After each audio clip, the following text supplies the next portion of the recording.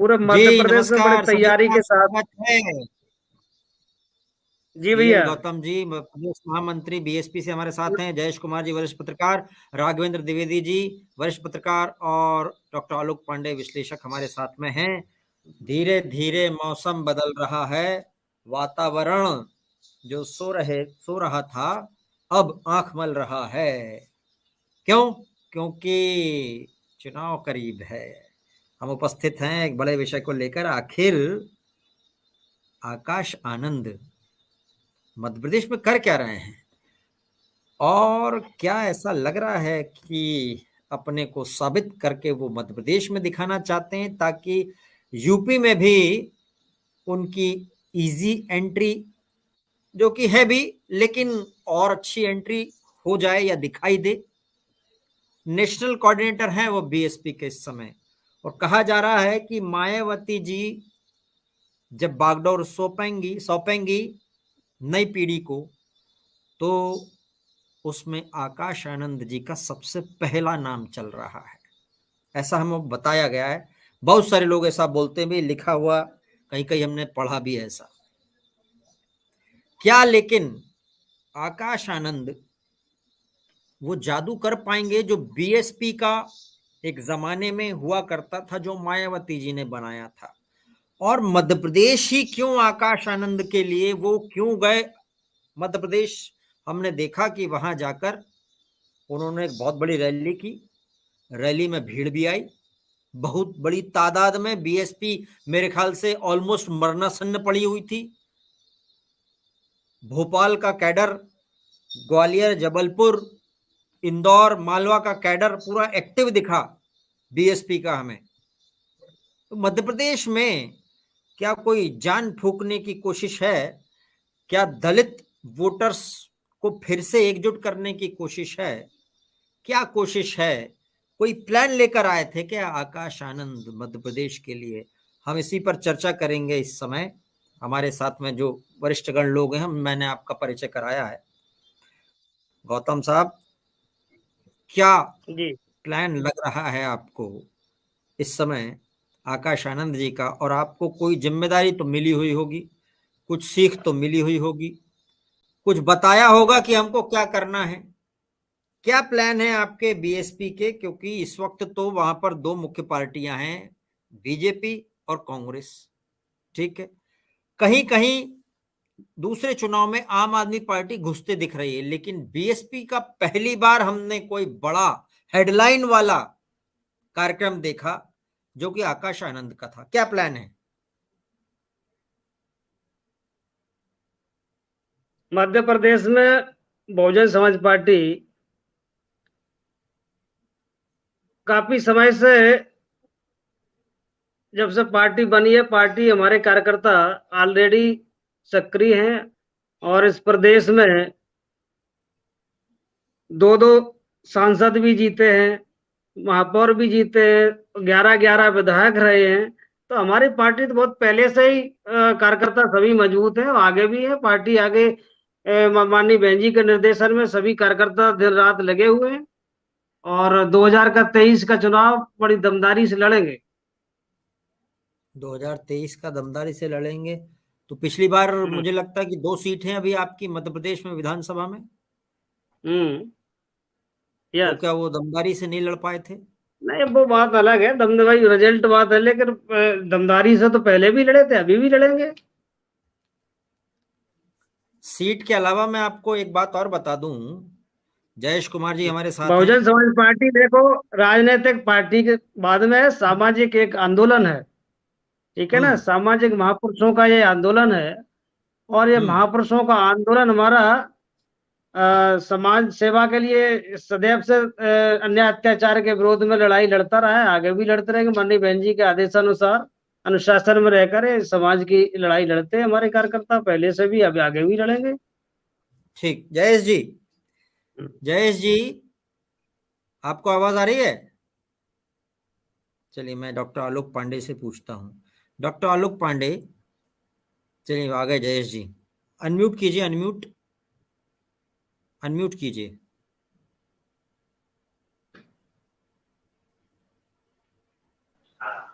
हाँ भूपेंद्र जी सवाल करिए। लगभग 16% वोट हैं मध्य प्रदेश में दलित वोटर्स। पिछली बार जब हमने देखा था कि 35 सीट्स रिजर्व थी, तो उनमें से 35 सीट पे तो सीधा सीधा मुकाबला था बाकी पार्टियों से, बहुजन समाजवादी पार्टी का। और पार्टी ने बहुत अच्छी फाइट भी दी थी।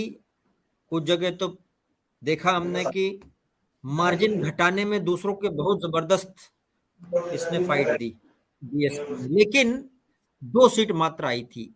अभी अचानक से हम देख रहे हैं कि आकाश आनंद मध्य प्रदेश में एक्टिव हो गए हों। वो क्यों हो गए हैं जयेश जी, क्यों एक्टिव नजर आ रहे हैं? मध्य भूपेंद्र जी प्रदेश में बीएसपी की अभी क्या हालत थी और 2 दिन से जो हेडलाइंस बन रही हैं, वो क्या आपको लग रहा है कि उस हालत को वो हेडलाइन, क्योंकि हेडलाइन में हमको देखने को मिला कि जान फूंक कर गए आकाश आनंद, ये हेडलाइन चल रही है वहां जी। भूपेंद्र जी, इसके पीछे सबसे बड़ा कारण ये है कि मध्य प्रदेश के अंदर ये देखा जा रहा है कि यहाँ पे अब परिवर्तन की संभावना ज्यादा है। परिवर्तन का सबसे बड़ा कारण ये है कि भारतीय जनता पार्टी ने जो पिछली बार जो सरकार बनाई थी 2018 के बाद वापसी करके, उसके बाद जो कलह भारतीय जनता पार्टी में नजर आई है, भारतीय जनता पार्टी में जो लगातार विरोध के स्वर उठ रहे, उससे निश्चित है कि नई पार्टी यहाँ पे अगर आती है तो उसको फायदा मिल सकता है। और यही कारण है कि बसपा ने वहां फिर से मेहनत करना शुरू कर दी। हालांकि मैं एक बात बताना चाहूंगा कि बसपा पहले भी सफल रही मध्य प्रदेश में, लेकिन वो अपने विधायकों को संभाल नहीं पाई।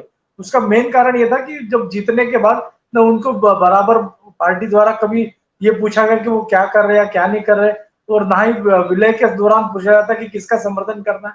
तो पार्टी ने कई बार सीटें जीती मध्य प्रदेश से।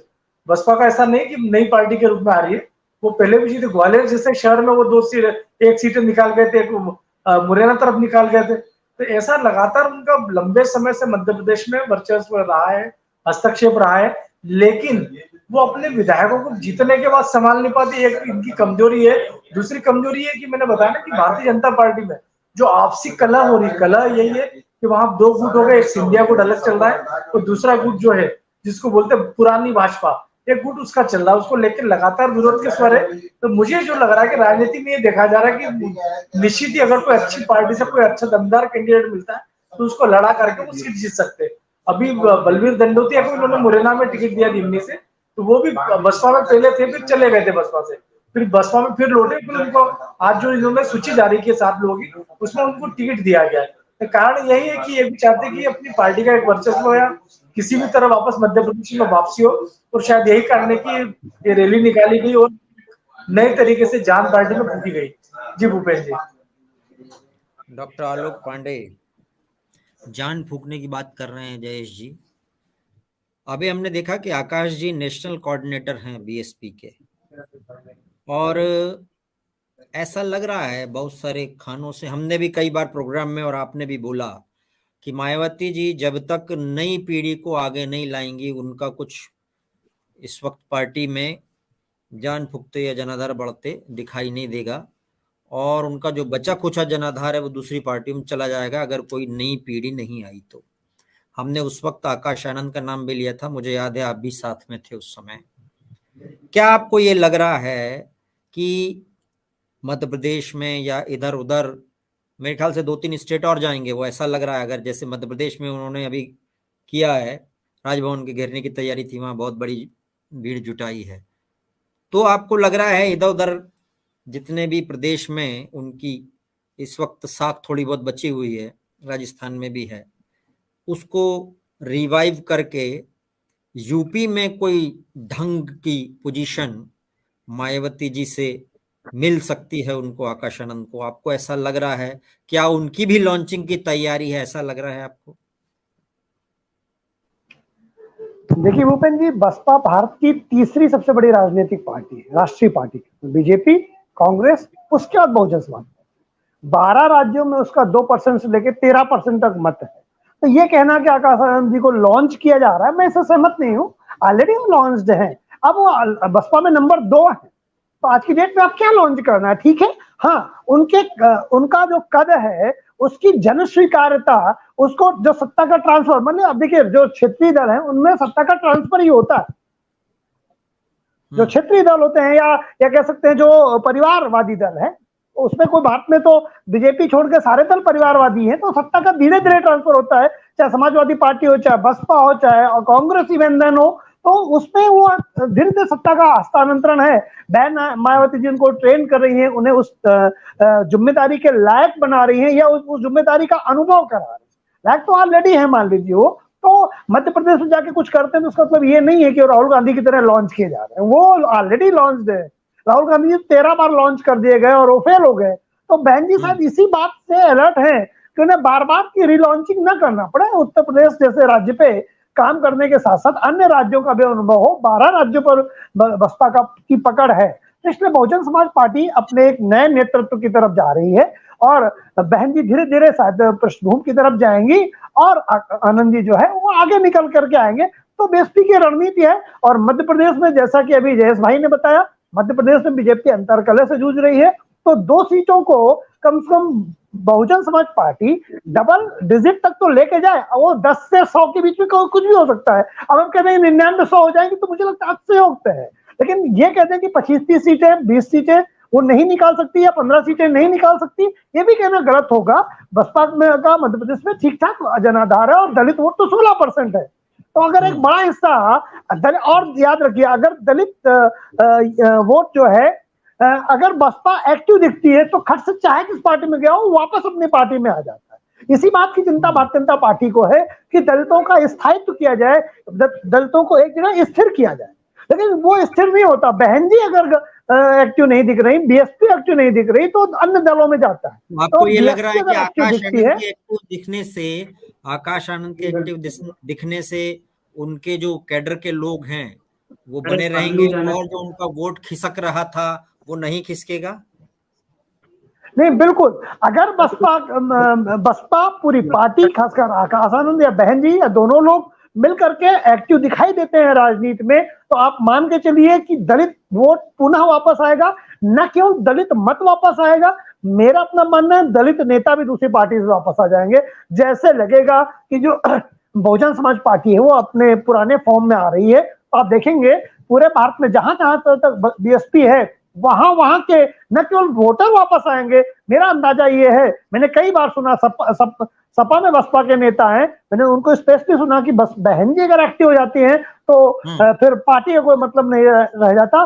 बसपा एक मिशन है, बसपा एक दलितों के उत्थान होना, बहन जी का एक्टिव होना हमने ट्विटर पर तो देखा है, लेकिन लोगों को वाकई ये समझ के परे लगता है कि वो फील्ड पे उस स्तर पर नहीं दिखाई देती जिस स्तर पे वो पिछले कुछ सालों में दिखाई देती रही थी। और अभी मैं आपको एक अखबार में लिखा हुआ कुछ पढ़ के सुनाता हूं। लिखा हुआ है आकाश आनंद जी के बारे में लिखा हुआ है, ठीक है। वर्तमान में आकाश आनंद बीएसपी के नेशनल कोऑर्डिनेटर हैं। लंबे समय से वो अपनी बुआ मायावती के सियासी कार्यक्रमों में मंच पर पीछे की पंक्ति में नजर आते हैं, ये अखबार लिख रहा है। इतना ही नहीं, मायावती जब पार्टी के पदाधिकारियों की बैठक लेती हैं तब आकाश कोने में बैठे नजर आते हैं। लेकिन शायद अब मायावती जी ने तय कर लिया है कि भतीजे आकाश को पॉलिटिक्स की पिच पर खुलकर बैटिंग करने दी जाए, इसीलिए कम अनुभव के बावजूद आकाश को 4 राज्यों में प्रभारी बनाकर बड़ी जिम्मेदारी देने की कोशिश, ये एक अखबार लिख रहा है, ठीक है। क्या इसको लॉन्चिंग नहीं मानी जाएगी? अभी तो साइड में बैठे रहते हैं। अगर लॉन्च होते पहले से ही, वो नेशनल कोऑर्डिनेटर होना अलग बात है, संयोजक कोऑर्डिनेटर मतलब केवल संयोजक, प्रभारी या ऐसे बड़े पद, इसका मतलब सीधे सीधे। और कभी कभी तो आप पद ना भी दो, कभी कभी ऐसा होता है कि सीधे उसी व्यक्ति से सबसे ज्यादा आप मिलते रहो, उसी का पूछते रहो, तो बिना पद के भी वही सबसे बड़ा होता है। जैसे कांग्रेस पार्टी में बिना पद के सबसे बड़ा कौन है? आला कमान, उसके पास आला कमान का पद है, ऐसा कोई सच बना नहीं है। ऐसे ही आकाश आनंद को अगर कोई पद ना भी मिले और मात्र मायावती जी पूछने लगे उनको इसी तरह से सार्वजनिक रूप से, अपने आप उनको वो पद मिल जाएगा या ट्रांसफर हो जाएगा। सहमत है इस बात से? देखिए भूपेंद्र जी, बहन जी एक बहुत ही जमीनी स्तर से उठ करके राजनीति में आई है और वो नहीं चाहती थी कि बहुत जल्द, जब वो बहुत सक्रिय है, जब बहन जी के नाम पर पार्टी बहुत ग्रोथ कर रही है, तो ऐसा एक संदेश है कि बहन जी केवल परिवार के किसी एक व्यक्ति को आगे बढ़ाएंगी। उन्होंने बहुत बार कहा कि अगर कोई दूसरा व्यक्ति भी मिलता है, प्रत्यक्ष नहीं कहा, लेकिन उनकी बातों से था कि जो बहुजन समाज के हितों के लिए कार्य करेगा, अगर वो उचित व्यक्ति मिलता है तो पार्टी उसके हाथों में जाएगी। तो मुझे लगता है मैंने इसका अर्थ ये निकाला कि बहुत लंबे समय तक उन्होंने कोशिश की कि कोई ऐसा नेता मिले जो बहुजन हित के लिए काम करे। मैंने बहुत बार सोचा कि क्या स्वामी प्रसाद मौर्य ऐसे नेता बनेंगे, लेकिन बहन जी ने उनको खड़ा किया और खड़ा करने के बाद मैं वही कह रहा हूँ कि बहन जी ने उनको खड़ा किया, खड़ा करने के बाद उनको लगा कि बहन जी को बनाने वाले स्वयं है वो, ठीक है। तो इस तरह से उन्होंने जिन जिन नेताओं को खड़ा किया वो नेता बहन जी को ही एक तरह से डिच करने की कोशिश की, उन्हें खत्म करने की कोशिश की। तब बहन जी को लगा फिर इससे अच्छा है कि जब हम किसी भी योग्य व्यक्ति को नहीं प्राप्त कर पा रहे हैं बाहर का, तो फिर अपने परिवार के, अपने घर के बच्चे को, जो कि उसमें मिनिमम या अधिकतम या न्यूनतम जो भी आप कहते हैं, मैं न्यूनतम का प्रयोग इसलिए कर रहा हूं क्योंकि अधिकतम की कोई परिभाषा नहीं है। अगर वो दलित आंदोलन को आगे लेके जा सकता है, बहुजन आंदोलन को आगे ले जा सकता है, तो उसकी अयोग्यता केवल यही थोड़ी ना है कि वो बहन मायावती जी का भतीजा है, ये उसकी अयोग्यता नहीं हो सकती। अगर योग्यता नहीं है तो अयोग्यता भी नहीं है। नहीं, वैसे इसलिए बहन जी ने उनको पहले फ्रंट में नहीं रखा। सबसे बड़ी योग्यता होती पहली बात वो नहीं भूपेन जी, इसमें मैं आपको कहूंगा अगर ऐसा होता कि युवा होना, भूपेन जी बस 30 सेकेंड, अगर यही कारण होता तो आकाश आनंद जी बहुत पहले बहुत कुछ बन गए होते, तो एक कोने में नहीं बैठे रहते होते। तो जब कोई नहीं उचित उत्तराधिकारी मिला तो इस वजह से आकाश आनंद जी को आगे न बढ़ाया जाए कि वो उनके भतीजे हैं, तो मुझे लगता है कि शायद उन्होंने इस संकोच को छोड़ दिया और उन्होंने कहा कि जब दलित आंदोलन को, दलित चिंतन को बढ़ाने वाला कोई योग्य व्यक्ति कमिटेड मिल ही नहीं रहा, तो फिर अपने परिवार से ही व्यक्ति को आगे क्यों ना बढ़ाया जाए। तो मुझे लगता है आकाश आनंद जी लास्ट चॉइस है। फर्स्ट चॉइस तो ये था कि जो योग्य मिले वो मिल जाए। जब नहीं मिला तो उन्होंने कहा कि फिर अब हम अपने घर के व्यक्ति को आगे बढ़ाएं, उसकी योग्यता, उसकी अयोग्यता क्या ये है कि वो परिवार का है। उसके साथ तो आकाश आनंद में कोई कमी नहीं, विदेश से पढ़ के आए हैं और योग्य व्यक्ति है। मैं हमेशा कहता हूँ कोई जोरी नहीं कि बहुत अच्छा आउट स्पोकन व्यक्ति योग्य ही योग्य होता है। मायावती जी के साथ रहकर राजनीति की इंटर्नशिप कर भी रहे हैं वो, उनको बीच बीच में हम ट्वीट देखते रहते हैं और सोशल मीडिया उनका देखते रहते हैं। कुछ एक चीजें ऐसी भी होती हैं। इसमें कोई बुराई तो नहीं है। नहीं बुराई नहीं, मैं ये बोल रहा हूँ सीख रहे हैं ना वो, अब तक तो मुझे लगता है सीखना भी चाहिए। देखिए मैंने हमेशा कहा कि बसपा एक राजनीतिक इकाई मात्र नहीं है, ये चिंतन है, ये संघर्ष है दलितों का। और बहन मायावती जी और काशीराम जी ने उन्हें एक शक्ति दी, उन्हें यूनाइट किया और समाज के मुख्य धारा में शामिल किया, उसमें कहाँ कोई डाउट। इसलिए दलित चिंतन आगे बढ़े, उनके हित के लिए काम चले, अच्छी बात है। राघवेंद्र जी, इसका मतलब ये है राजस्थान और मध्य प्रदेश, वैसे होना तो छत्तीसगढ़ भी चाहिए था क्योंकि वहां भी चुनाव है। ये जो दो राज्य हैं वो राज्य आकाश आनंद को लॉन्चिंग करने के लिए फेवरेबल सिचुएशन वाले हैं। अगर इसमें उन्होंने कुछ करके दिखा दिया तो यूपी में एकदम केक वॉक उनके लिए, ऐसा कुछ आप भी सोचते हैं? बिल्कुल करके दिखाएंगे। मध्य प्रदेश ऐसे राज्य में, ये बताइए किसी जमाने में उनके 2 अंक में विधायक हुआ करते थे, आज 2 हैं। और मध्य प्रदेश, राजस्थान और छत्तीसगढ़ का जो चुनाव है उस चुनाव में बसपा की अहम भूमिका है। एक कहावत है कि जब 2 लोगों के बीच में झगड़ा होता है तो तीसरा मजा मार लेता है। ये स्थिति आज मध्य प्रदेश में दिखाई दे रही है। मध्य प्रदेश में एक तो भाजपा में अंतरकलह है, साथ ही कांग्रेस की भी स्थिति उतनी अच्छी नहीं है। तो भाजपा की अपनी रणनीति बहुत अलग ही चल रही है। मोदी जी के चेहरे को लेकर वो बिल्कुल सामने जा रहे हैं। कांग्रेस इंडिया के चेहरे को I.N. वो वाला इंडिया, डॉट वाला इंडिया, उसके लोगों को ले जाने की कोशिश में, लेकिन वहां की बाकी पार्टी तो है ही नहीं वहां पे कांग्रेस के अलावा। और देखिए आम आदमी पार्टी जब ये ले जाएंगे तो इसका मतलब आप ये मत समझिए कि एकदम से कुछ ऐसा हो जाएगा चमत्कार। मुझे नहीं लगता कि आपको लगता है कुछ नहीं। मैंने भूपेन जी मैंने ये नहीं कहा कि बसपा सरकार बना लेगी, मैंने ये कहा कि 2 से बढ़ के 2 अंक में हो जाएंगे। मैंने ये कभी नहीं कहा कि वहां बसपा सरकार बना लेंगी। लेकिन जो नेता हैं जिनको टिकट नहीं मिलेगी, चाहे वो आप एनडीए कह लीजिए या इंडिया कह लीजिए, उनको पार्टी चाहिए चुनाव लड़ने के लिए। बीएसपी आप ये कहना चाह रहे हैं कि किंग मेकर की भूमिका में भी हो सकती है ना? बिल्कुल बिल्कुल होगी, बिल्कुल होगी। 4-5 सीट से पिछली बार हमने देखा कि किंग मेकर आप पिछली बार देख लीजिए भूपेंद्र जी, 35 सीट पे सेकंड नंबर रही बसपा। तो इससे कहीं ना कहीं ये साबित होता है कि नया चेहरा है प्रकाश आनंद। अगर वहां थोड़ा बहुत भी कर देते हैं तो उनका एक लॉन्च, आकाश आनंद सॉरी, तो थोड़ा बहुत भी अगर कर देते हैं, जैसे 2 सीट से 2 अंक में भी पहुंच जाता है, तो एक बहुत बड़ी बात हो जाएगी। और उनका जो यूपी में लॉन्चिंग है, खासकर की जो लोकसभा की चुनाव होगी, उसमें उनकी अहमियत बढ़ जाएगी। और यही इसी का कारण है, मुझे लगता है कि बहन जी अभी किसी की तरफ हाथ नहीं बढ़ाई है, चाहे वो इंडिया हो चाहे वो इंडिया हो। ये दोनों जो गठबंधन है उनके तरफ अभी बहन जी रुख नहीं कर रही है, क्योंकि उनको ये लग रहा है कि हमारी पार्टी और हमारे जो पार्टी के नेशनल कोऑर्डिनेटर हैं वो कुछ कर लेंगे। जी भूपेंद्र जी। गौतम साहब, क्या चल रहा है अंदर प्लानिंग? अंदर की बात बताइएगा, बाहर ऊपर ऊपर तो आपने एक भाषण सुना दिया हमको कि यही कर रहे हैं हम, हमारा मजबूत है। अभी जैसे आप आपके संगठन का कोई सर्वे भी हुआ होगा, हमें आपका सर्वे बता दीजिए, क्या सर्वे बोलता है आपका वहां मध्य प्रदेश की सीट्स के बारे में? अभी जैसे आप बात कर रहे हैं कि भाजपा मोदी का चेहरा लेकर के इधर आएगी, है ना, लेकिन भाजपा के लोग भाजपा की करतूत लेके कहाँ जाएंगे, चेहरा कहाँ जाएगा? आज भी भाजपा के कार्यकर्ता, उनकी मानसिकता तो देखो मध्य प्रदेश के लोगों या कहीं भी आदिवासियों के प्रति, दलितों के प्रति।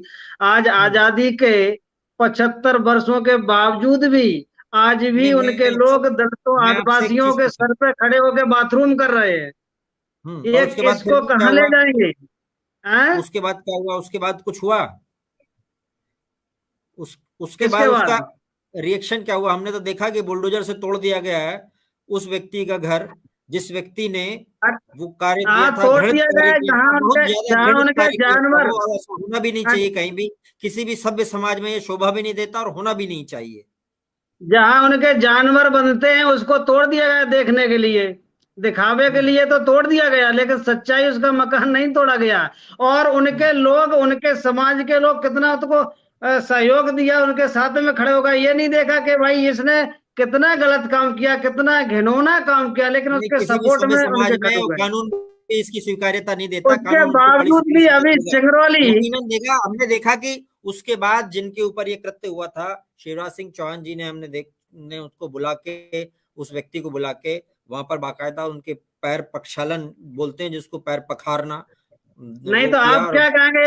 इतना डरपोक मुख्यमंत्री, इतना कमजोर मुख्यमंत्री है भाई, इससे क्या ये उनके बुलंद, उनके गुंडों के, उनके हौसला बुलंद कम हो गए क्या बात है? पर इसमें डरने की क्या बात है? इसमें डरने और अभी सुनो, अगर पैर धोने से ये हो जाता, उन्होंने तो पैर धोने से अगर क्राइम कम हो, पैर धोने से अगर क्राइम कम हो जाता, सर जी, दिलवाया जिनका सम्मान किसी व्यक्ति ने जानबूझकर छीनने की कोशिश की थी। समझ रहे हैं आप? इससे क्राइम तो कम नहीं हुआ ना। अबे सिंगरौली में देखो, विधायक के भाई लड़के ने गोली मार कर हत्या कर दी आदिवासी की। मैं कुछ और पूछ रहा हूँ, क्योंकि आज का टॉपिक है कि प्लान क्या है आपका। वो तो बीजेपी का प्लान हमको पता है क्या है, क्या नहीं चल रहा है, वो कितने पानी में अभी चल रहे हैं, क्या अंतरकलह, क्या सिंधिया गुट और क्या शिवराज गुट ये चल रहा है, हमको सब पता है, वो हम डिस्कस भी कर चुके कई और प्रोग्राम में। हमको ये जानना अभी बीएसपी कर क्या रही वहां पे? बीएसपी के प्रत्येक कार्यकर्ता गांव स्तर पर, अभी हमारी अप्रैल से 4 महीने तक रथ यात्रा भी चली, गांव चलो अभियान, माननीय बहन जी के आदेशानुसार। आपके पूरे ग्वालियर, चंबल, बुंदेलखंड और रेवांचल में पूरे गांव हमारी रथ यात्रा गई। यही अन्य अत्याचार के विरोध में हमारे बूथ लेवल तक हमारे संगठन को तैयार मजबूती से किया कि भाई ये बसपा का बेस वोट तो है ही तैयार, लेकिन संगठन भी बड़े मजबूती से बसपा ने तैयार किया है और बड़ी दमदारी से चुनाव लड़ा जाएगा। बसपा का है, अपनी कितनी सीट देख रहे हैं इस बार, क्या लक्ष्य है? जब बसपा असल में पहले भी सभी सीटों पर लड़े थी, अभी भी सभी सीटों पर लड़ेगी। और हमारी पार्टी लगभग अभी तक मध्य प्रदेश में कम से कम 3 दर्जन सीटें जीत चुकी है कभी ना कभी। और लगभग हमारी 100 के आसपास सीट ऐसी रही जहां बसपा का 20 से 30% वोट परसेंट भी रहा है। तो बसपा बसपा इतनी मजबूती पहले से भी है, ऐसा नहीं है कि हमारी पार्टी आपको एक अभी बात जो है बताऊं पहले मैं, से भी बनी है। दलित वोटर्स को खींचने के लिए आदिवासी समाज को अलग से प्राथमिकता दे रही है कांग्रेस। दलित वोटर को खींचने के लिए बीजेपी योजनाओं को गिना रही है। आप क्या करेंगे कि दलित आपके पास वो वोटर्स जिसके लिए इस पार्टी को जाना जाता है, आप क्या करेंगे उसके लिए? आप क्या कर रहे हैं बरकरार रखने के लिए, पास में रखने के? इन दोनों के पास चला गया आपका वोटर तो क्या कैसा खींच के लाओगे? मान लो अभी चला गया होगा क्योंकि दलित बीजेपी के पास आदिवासी दलित पिछली बार आदिवासी अब के पास इनकी गया होगा करतूत या फिर कांग्रेस के पास गया होगा। अभी क्या कर रहे हैं आप उसको खींचने के लिए? दलित आदिवासी अब इनकी सबकी करतूतें जान चुका है। इनका मुखौटा कुछ और होता है और करना कुछ और होता है। आजादी से कम से कम 45 वर्षों तक कांग्रेस ने शासन किया है। अगर इनकी नीयत साफ होती, इनकी नीयत अगर साफ होती तो इस देश में आज आज ये तरक्की आज ये कंडीशन नहीं हुआ होती। तो ये आप लोग समझ रहे हैं। ठीक, जयेश जी क्या लग रहा है, क्या किंग मेकर की भूमिका में देख रहे हैं आकाश आनंद बीएसपी को मध्य प्रदेश में? क्योंकि हमको लग रहा है पिछली बार 5-6 सीट जिसके पास थी वही किंग मेकर था। अगर 10 सीट आ गई तो किंग मेकर रहेंगे वो, ऐसा हो सकता है मिनिमम 10 तक तो नहीं पहुंचेंगे ये, क्योंकि इनका जो बेल्ट है वो जिस ग्वालियर चंबल संभाग हो गया, उसका बुंदेलखंड हो गया, ये इनका मुख्य बेल्ट है क्योंकि ये उत्तर प्रदेश से टच जिले हैं यहाँ के। तो ये इनका मुख्य बेल्ट रहता है। यहाँ पे जो पुराने इनके नेता थे उन लोगों को इन्होंने खो दिया है। वो या इन्होंने खो दिया या बड़ी पार्टियों के चक्कर में वो चले गए। हालांकि बलवीर दंडोतिया है वो वापस आए और उनको आज उन्होंने टिकट भी दिया दिमनी से मुरैना जिले से। तो वो इनका मेन बेल्ट रहता है और वहीं से सबसे ज्यादा सीटें बसपा हो या सपा हो लाते रही है। तो मुझे लग रहा है कि इस बेल्ट में अगर ध्यान देंगे तो 2 से संख्या 4 से 5 तक जा सकती, लेकिन बड़े स्तर पर नहीं आ पाएगी। बाकी बेल्ट में मालवा बेल्ट है, अभी तो बुंदेलखंड बेल्ट है, महाकौशल बेल्ट है, इनका क्या? और फिर इधर कुछ ऐसा बेल्ट है बालाघाट वाला बेल्ट भी अलग है। हाँ, बालाघाट वाला एरिया ठीक है, पर जो मालवा वाला बेल्ट है वहां पे तो थोड़ा समय लगेगा इनको अपनी जगह बनाने में, क्योंकि वहां पे बड़ी पार्टियों को वो लोग ज्यादा लाइक करते हैं। पर ये जिस तरीके से बेल्ट ने बताया ना कि जो उत्तर प्रदेश से 10 जिले हैं वहां ज्यादा इनका प्रभाव रहा है। पहले भी जब वहां मायावती सरकार थी जब तो बहुत ज्यादा प्रभाव था और अब भी लगातार प्रभाव बना हुआ है। और इसी क्षेत्र से ज्यादातर ये लोग टिकट निकाल लेते हैं, सीटें निकाल लेते हैं। अब हालांकि निकालने का मतलब बड़े नेताओं को है। मैं ग्वालियर के एक नेता की इनकी बात बता रहा हूँ, उनका नाम था मोहन कुशवाहा, मदन कुशवाहा ऐसा नाम था कि जो इनकी पार्टी के लिए लगातार लड़ता था। और जब पार्टी से इनको मदन कुशवाहा को जरूरत पड़ी तो मुझे लगा कि कुछ मदद नहीं मिल पाई, तो वही कारण है कि वो उठ करके फिर कांग्रेस चले गए, फिर भाजपा आ गए। तो ऐसे कई नाम है मदन कुशवाहा के अलावा। मदन कुशवाहा विधायक भी रहे शायद 2 बार इनके बसपा से। तो ऐसे कई नाम है जिसमें पार्टी जीतने के बाद ये जो बसपा वो ध्यान नहीं दे पाई तो वो फिर चले गए। तो मुझे लग रहा है कि अगर ये ध्यान देते तो अब जो 5-6 की जगह बात करें, मेरे 10 के 15 तक इनको सीटें आ सकती थी। ऐसे कई नेता इनके जीत करके दूसरी पार्टियों में जा चुके हैं। तो मुझे लग रहा है कि अगर ये उन नेताओं पे ज्यादा ध्यान देंगे तो पार्टी धीरे धीरे आगे बढ़ सकती है। जी, जो जीत रहे उनको पकड़े रहो, कम वोटर के अलावा इनको विधायक को भी पकड़ना पड़ता है अपने। डॉक्टर आलोक, आज ऐसा लग रहा है कि आपको कंजक्टिवाइटिस ने पकड़ लिया है। मेरी बेटी को है और वो बस बार आपकी आंखों से भी लग रहा है हमको, इधर सब जगह फैला हुआ है। इन दिनों सब यही चल रहा है, कंजक्टिवाइटिस फ्लू ही चल रहा है। एनीवे, मतदाता की आंखों में फ्लू नहीं है, लेकिन मतदाता बिल्कुल ड्रॉप डाल के देख लेता है कि कौन कितने गहरे पानी में है। बीएसपी क्या कर सकती है मध्य प्रदेश में? देखिए, जैसे कि कंजक्टिवाइटिस 8-10 दिन तक असर रहता है, दवा ठीक हो जाता है। इसी तरीके से जो मतदाता है वो भी लंबे समय तक थोड़े ना आंख की रोशनी नहीं हो, ठीक हो जाता है, फिर अपना आंखें खोल कैसे देखता है किसने क्या किया हमारे लिए, ठीक है ना। तो हमने कहा बीएसपी काडर बेस्ड पार्टी है, लेकिन बीएसपी एक चीजों को ले जानती है, उसके पास कमिटेड वोटर है। बीएसपी से ज्यादा कमिटेड वोटर किसी के पास नहीं, और बीएसपी से ज्यादा करप्ट मतलब धोखेबाज नेता किसी के पास। तो बीएसपी को जीतता है, दूसरी पार्टी में चला जाता है।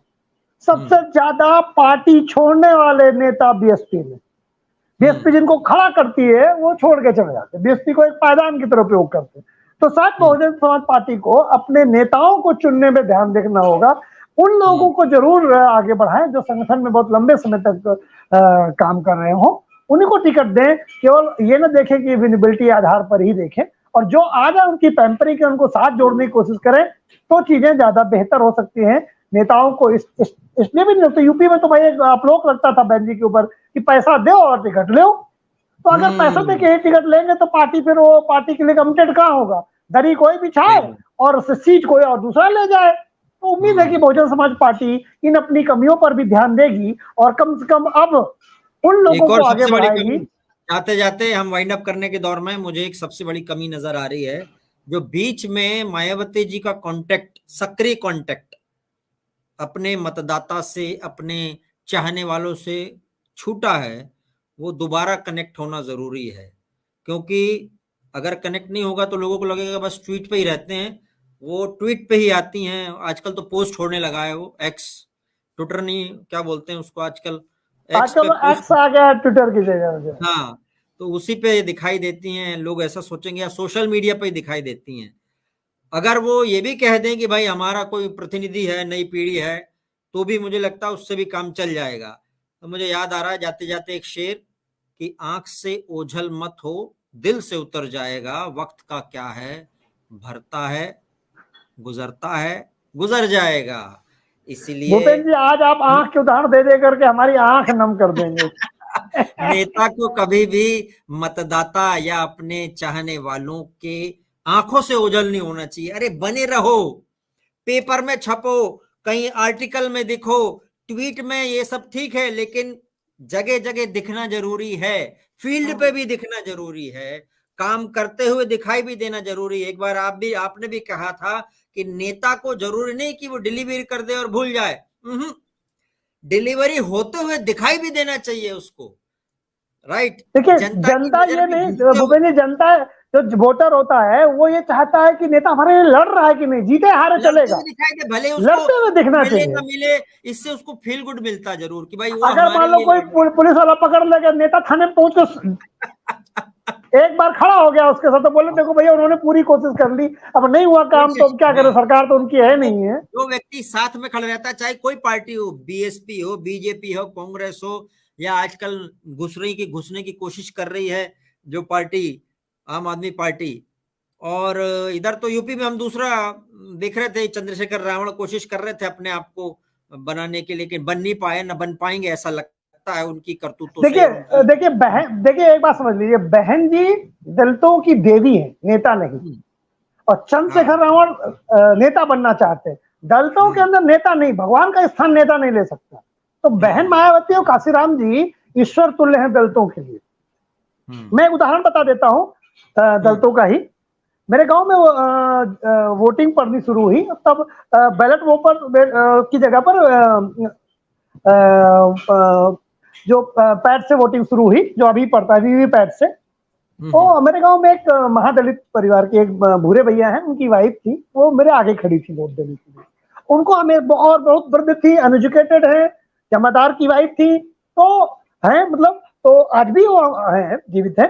तो उनको ये नहीं पता था कि अब कौन सी बटन दबाएं तो हाथी में जाए, पीछे से हम थे, तो उन्होंने किसी से नहीं कहा, और मेरी तरफ देखा, उस सम्मान की आंखों से, उस प्यार से, बउआ मतलब क्या गाँव में सब भौजी होते हैं या दादी होते हैं, मौसी होते हैं, जाते कोई फर्क नहीं पड़ता। हम कहा भौजी बताओ, बोले हाथी में बटन दबा। किसी से नहीं कहा, ड्यूटी वालों से नहीं कहा, हमसे कहा, बोले पंडित जी का नाती ईमानदारी से हाथी में दबाएगा। भूपेंद्र जी जो सम्मान उस समय बहन जी के हाथी में बटन दबाने के लिए था कि बहन जी हमारे लिए इतना करें, हम क्या करें उनके लिए, हम मत दें उनके लिए, वो जो सम्मान था, मैंने आज तक किसी भी पार्टी के, ये मैं 5वीं बार अलग अलग प्लेटफॉर्म में कह रहा हूं, हर प्लेटफॉर्म में मैंने कहा, बड़े से बड़े प्लेटफॉर्म में कहा कि वो सम्मान मुझे आज तक किसी पार्टी में, नहीं, एक पंडित जी भी अगर मान लो कमल में दबाते हैं तो ठीक है भाई, चलो ठीक है, मैंने प्यार करते हैं तो दबाए दे रहे, ऐसा कहते हैं। लेकिन जो दलित मत है वो, उसका जब मत जाता है ना तो वो होता कहता है हम एहसान उतारने की कोशिश कर रहे हैं जो बहन जी ने हमें एक पहचान दी। अच्छा, ये है कनेक्ट। और मैं अभी अपने दिखा सकता हूँ, मेरे रोए खड़े होते जब भी मैं वाक्यों को बताता हूँ। ये रियल वाक्य है 200%। मैंने फील किया है वो सम्मान, उस प्यार को। अच्छा, हमें क्यों मिला? क्योंकि उन्हें पता है कि हम अगर वो हाथी में गएंगे तो हाथी ही दबाएंगे। गांव में इतनी क्रेडिबिलिटी है मेरे बाबा की कि हम लोग चीटिंग नहीं करते। तो इसलिए बसपा एक मिशन मोड है। वो किन कारणों से एक्टिव नहीं हुई, किन कारणों से पार्टी में अप एंड डाउन लगा रहता है। पार्टियां मरा नहीं करती भूपेंद्र जी, कोई भी पार्टी मरा नहीं करती। जो पार्टियां नेता आते हैं, नई जनरेशन आती है, वो पार्टी बस को बस ये जब जनरेशन शिफ्ट होता है तो अप एंड डाउन लगे रहते हैं। बीएसपी के साथ ऐसा था नहीं, लेकिन अगर आकाश आनंद ऐसा करने की कोशिश कर रहे हैं तो बहुत बढ़िया है अगर कर सके तो, क्योंकि उधर बहुत सारी पार्टियां हैं, कोशिश कर रहे हैं, सभी कोशिश करते हैं। लोकतंत्र है, लोकतंत्र में हर व्यक्ति खड़े हो, अपनी स्थिति मजबूत करे, जनता को जिस पे प्यार आएगा वो पूरा प्यार उड़ेल देगी, और नहीं तो फिर वोटिंग मशीन को राहुल गांधी और बाकी लोग हमने देखा कि बोलते रहते हैं वोटिंग मशीन बेवफा थी।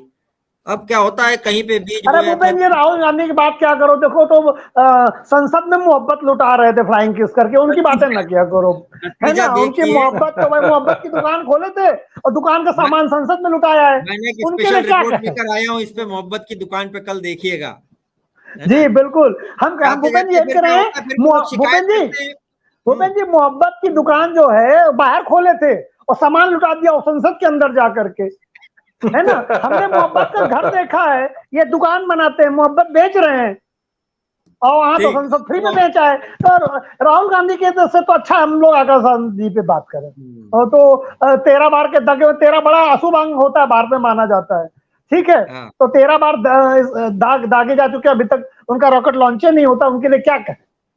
ठीक जी, मतदाता से जुड़िए, कोई भी हो। आज नई पीढ़ी आने की कोशिश कर रही है, बहुत अच्छी बात है। बाद में ये कहने को ना हो कि नतीजा देखिए क्या से क्या निकल आया, यहाँ पर बीज बोया था वहां पौधा निकल आया। वो कांटे वाले पौधे निकल आते हैं, राजनीति में फिर चुभने लगते हैं।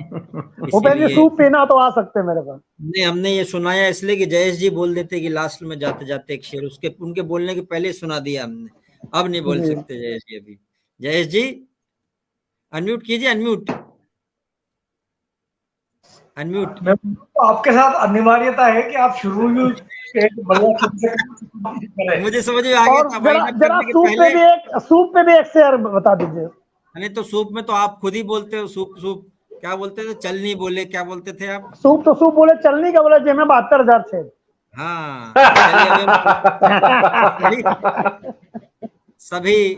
सभी दर्शकों का बहुत बहुत धन्यवाद। सीएल गौतम साहब का धन्यवाद, और जयेश जी का धन्यवाद, राघवेंद्र जी, डॉक्टर आलोक पांडे। देखते हैं कि नई पौध आ रही है, नई पौध क्या कर सकती है, कहां तक कितना विश्वास दिला सकती है। वो किंग मेकर बनेंगे या फिर सरकार बनाने की स्थिति में भी आ सकते हैं, या कुछ और कर सकते हैं। राघवेंद्र जी, आप तो करते हैं, आपकी आवाज कल बदलेगी, आज ही बदल गई। टीवी वाले रिपोर्टर बोलते ना, ये तो आने वाला बदल गई तो ये तो आने वाला वक्त ही बताएगा। हम भी वही बोलते थे, टीवी रिपोर्टरों की कॉपी, ये तो आने वाला वक्त ही बताएगा। बिल्कुल सिर हिलाते हुए बोलते हैं वो लोग। चलिए, नमस्कार सभी का, बहुत बहुत धन्यवाद।